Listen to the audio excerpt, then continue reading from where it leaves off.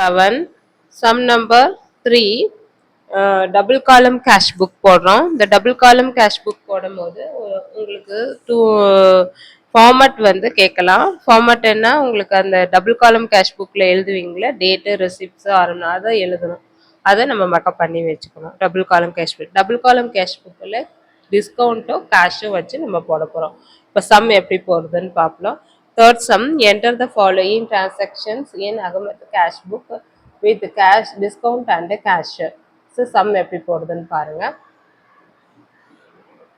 In the books of Agamat cash book with cash and discount column.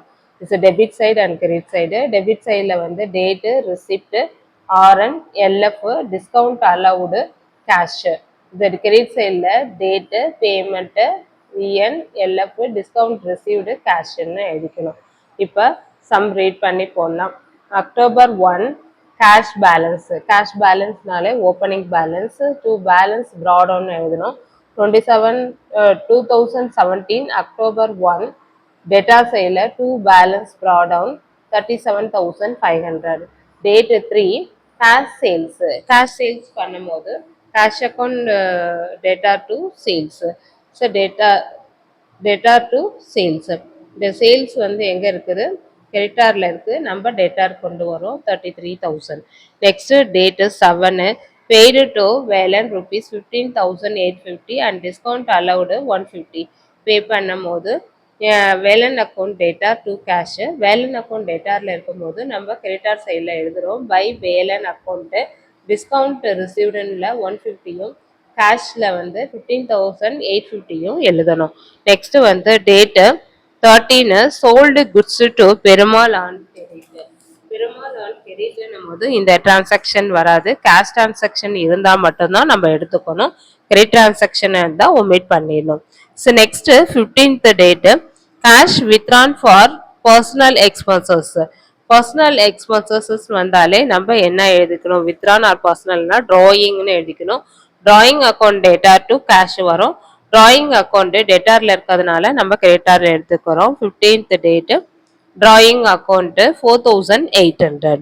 Next date 16 purchase goods from Subramanian 14,300. இது 16 வராது, இதுல கேஷ்ன்றது வரால, நேமும் purchases கொடுத்துருக்கிறதுனால இதுல வராது. Next 22 date paid to bank. Pay பண்ணும்போது bank account debtor to cash வரும். Date வந்து 22 கிரெடிட் சைடில் வரணும். பேங்க் டேட்டாரில் இருக்கும்போது கிரெடிட்டாரில் கொண்டு வரும். வரும்போது 22,700 வரும். So next date 25 cash received from Perumal in full settlement. Full settlement பண்ணிட்டாங்க. பெருமாள் ஃபுல் செட்டில்மெண்ட் பண்ணும்போது what comes in is a cash discount to Perumal account. Perumal account கிரெடிட்டாரில் வரனால நம்ம டெட்டாரில் கொண்டு வரோம். 25 to Perumal account discount allowed 200 19,000. அவங்க வந்து கிரெடிட்டுக்கு வாங்கினது டோட்டலாக 19,200. அந்த 200க்கு பதிலாக 19,000 ஃபுல் செட்டில்மெண்ட் பண்ணியிருக்காங்க. அப்போ அந்த 200 அவங்களுக்கு டிஸ்கவுண்ட்டு அலவுடுன்னு அர்த்தம். ஸோ நெக்ஸ்ட் வந்து date 26 draw A check for office use. Office use பண்ணும்போது டேட் என்னது 26. அப்போ cash account debtor to bank. அப்போ பேங்க் வந்து கிரெடிட்டாரில் இருக்கனால நம்ம டெட்டாரில் கொண்டு வரோம். 26 to bank account rupees 17,500. So next வந்து 27 paid cash to Gopalakrishnan discount received from him.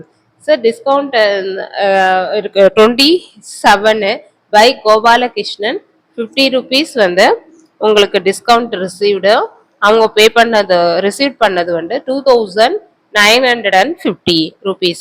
So next வந்து date 28 paid cash to Subramanian and full settle his account. Full settlement பண்ணிட்டாங்க சுப்ரமணியன் பர்ச்சேஸ் பண்ணது. அப்போ டேட்டு வந்து 28 by Subramaniam account. The amount is the discount received is 100 rupees 14,200. அவங்க 14,300 பண்ணணும். 100 rupees na 14,200. Next date 29 cash purchases. Purchases debtorல வரதுனால நம்ம creditorல 29 by purchases account 13,500. Next வந்து 30 cash paid for draw advertising. Advertise பண்ணும்போது advertising account data to cash 38 by advertising account எவ்வளோ amount 1500. இப்போ total பண்றோம். எந்த சைடு அதிகமா டோட்டல் டெட்டார் சைடுல தான் அதிகமா இருக்கு. Discount allowed 200. கேஷ்ல வந்து 37,500, 33,000, 19,000, 17,500 ஆட் பண்ணா 1,07,000 1,07,000 வருது. இந்த 1,07,000 கேஷ்ல நம்ம கிரெடிட்டார்ல இருக்க அமௌண்ட்டை லெஸ் பண்ணா பேலன்ஸ் வரும்.